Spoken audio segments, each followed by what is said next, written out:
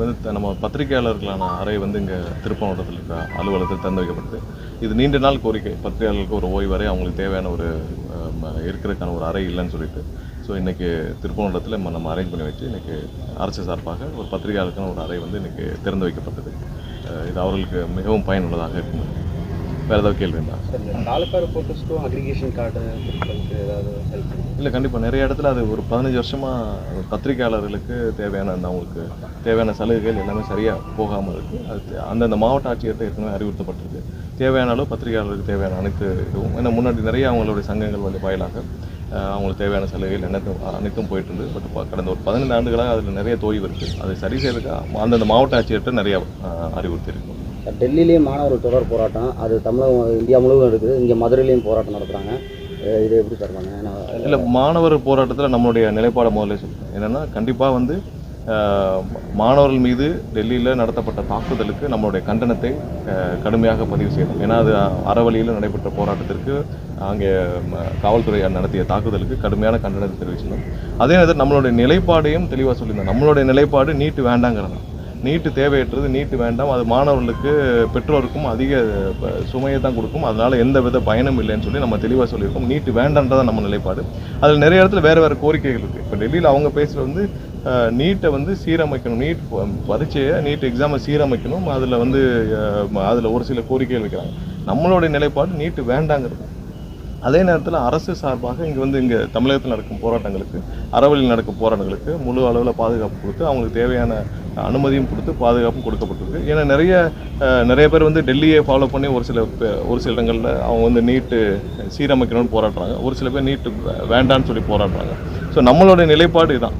அதே நேரத்தில் அவங்க இங்கே தமிழகத்தில் நடைபெற்ற அனைத்து போராட்டங்களையும் அங்கங்கே வந்து கண்டிப்பாக எங்கெங்கே அனுமதி கேட்டாலும் அதை கொடுத்து அவங்களுக்கு தேவையான அளவு பாதுகாப்பும் கொடுக்கப்பட்டிருக்கு.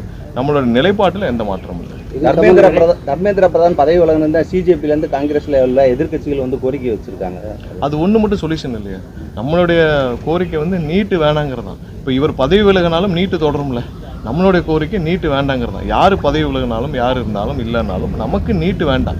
ஸோ இது வந்து இந்த கோரிக்கை வந்து இதை சப்சிடைஸ் பண்ணிடும். நம்ம வந்து நீட்டு வேண்டாங்கிறத சப்சிடைஸ் பண்ணிவிட்டு இப்போ பதவி விலகினால் நீட்டு தொடரும். அப்போ அதுதான் நமக்கு தேவையா? நமக்கு அது தேவையில்லை. நமக்கு நீட்டு வேண்டாங்கிறது தான் நம்மளுடைய கோரிக்கை. இதில் நிறைய இடத்துல திமுக முன்னாள் அமைச்சர்கள்லாம் பங்கேற்று நிறைய பேசியிருக்காங்க. இதை பேசக்கூடிய தகுதி திமுக கிடையாது.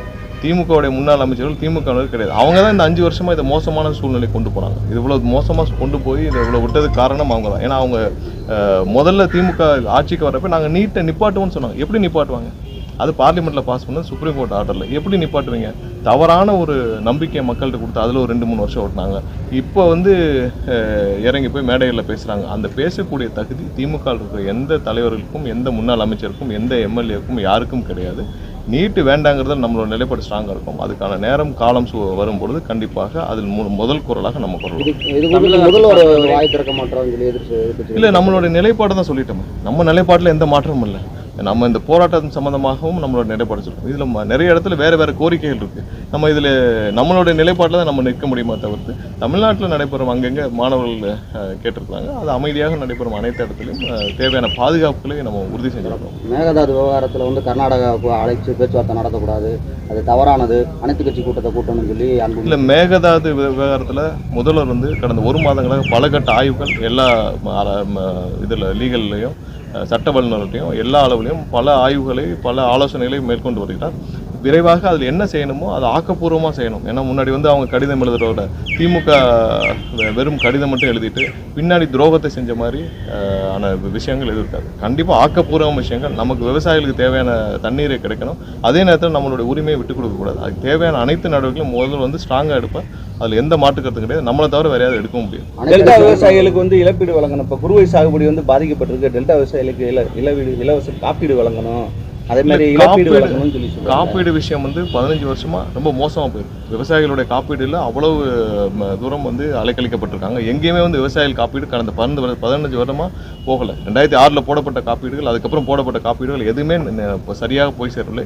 மேக்ஸிமம் வந்து தனியார் பேங்க்கில் போட்டது, அதில் அவங்களுக்கும் வந்து சரியாக ஆலோசனை கொடுக்கல, அவங்களுக்கு சரியான கைடன்ஸு மாவட்ட நிர்வாகம் எதுவும் கொடுக்கல.